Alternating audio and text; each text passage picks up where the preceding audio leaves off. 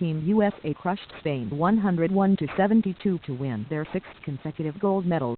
In what will likely be their last Olympic Games, Danica Catchings, Diana Taurasi and Sue Bird, who played through a knee sprain, can't walk away from international play as four-time gold medalists and some of the best ever to play the game. The silver medal finish for Spain was historic in its own right, as the honor was their team's first ever women's basketball medal. It was a bad start from both teams shooting the ball, with the teams knotted at an 8-8 tie 6 minutes into the first quarter, a rarity for an American team averaging 102 points per game. Brittney Griner couldn't get the early start she was accustomed to, even getting blocked on a layup attempt, and Diana Taurasi was cold as well, going 0 for 3 without a point. Alba Torrens from Spain gave the USA problems, scoring 10 points on 5 shots, but the Americans led 21-17 after the opening 10 minutes. The second quarter brought things back to reality as Team USA took a double-digit lead off a 16-3 UConn Huskies run in the final 5 minutes. Breanna Stewart scored 4 points. Taurasi found her range in connecting on back-to-back threes for 6. Monty Moore scored for Tina Charles 2 as head coach Gino Dorima stuck to what he is familiar with, running a mostly Husky lineup. Torrens stayed active for Spain and she finished the half with 13 points, 4 rebounds and 3 assists, but the Spaniards ran into trouble when a Student and Laura Nichols got into foul trouble with 3 each. The Americans were able to drive the ball to the rim much easier without the tall duo waiting for them, and success on the inside extended to the outside, especially for Monty Moore. She finished the half with 12 points, 5 assists and 4 rebounds. Team USA led 49-32 at the half. The Americans then just ran away with it in the third, winning the quarter 32-17.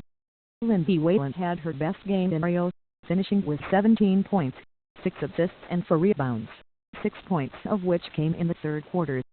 Taurasi added to her 3-point shooting record, draining 2 in the quarter and 5 total for 17 points. The fourth quarter became a time to pad the stats and battle to 100 points, as it typically does. Elena Delle Donne and Breanna Stewart got some more run as they prepare to be much bigger contributors in Tokyo. Delle Donne finished with 10 points and Stewart with 11. We all knew how this tournament would end, but nobody could have known how dominant the USA could be. Diana Taurasi is the best 3-point shooter in Olympic history. Diana Taurasi, at 34 years old, was the best scorer on the best team at the Olympics and did the bulk of her damage behind the arc, where she set a bundle of records. Taurasi already held the American record for most threes in a single Olympic game with 5, and she tied that record in 3 games and broke it with 6 in another. As one of the few 4-time gold medalist basketball players ever, she set the record for most career Olympic 3-point makes with 71 and single Olympic games total, hitting 32 in Rio. Monty Moore is the best all-around player in the world. It took her a few games to really break into it, but by the end of the tournament Moore proved she is the best player in the world. She scored 14 points, dished 6 assists and got 5 rebounds in the championship game, showcasing all she can do as a point forward.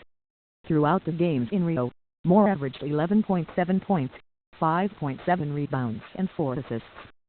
She showed she can do a bit of everything, especially stepping up in Sue Bird's absence. Her team will lean on her in Tokyo in 2020. The United States could be without 5 players from this roster as Danica Catchings is set to retire. Sue Bird is 35, Lindsay Whalen and Diana Taurasi are 34 and Simone Augustus is 32. They also may have already burned bridges by cutting Candace Parker from this team. The issues shouldn't be in their bigs though, as Brittney Griner was excellent in her first Olympic Games and Sylvia Fowles and Tina Charles should be back.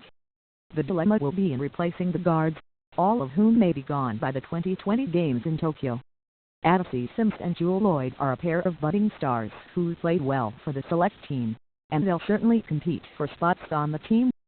Skylar Diggins, just coming back from an ACL tear, should be another option as well. But we'll also have to wait and see who develops out of college over the next 4 years. Regardless, America is an established powerhouse that will be favored no matter which 12 players they bring.